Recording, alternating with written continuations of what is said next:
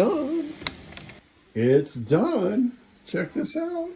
So I made a bracket, and I made a bracket, and we put some 3/4 PVC in here, and we have our tray, and we have a tilt adjustment, and we have an up and down adjustment. Pretty simple, huh? Now I got the wrong screws, but I put these in anyhow. These go through these holes here, kind of lock it in place, top and bottom. And I put in holes so you can put like a self-tapping screw in here to lock the tube in place. And the screen sits in there nicely. It's for the FLSun V400, and it works with and without the enclosure. You can find the adjustable display holder for the FLSun V400 on makerworld.com.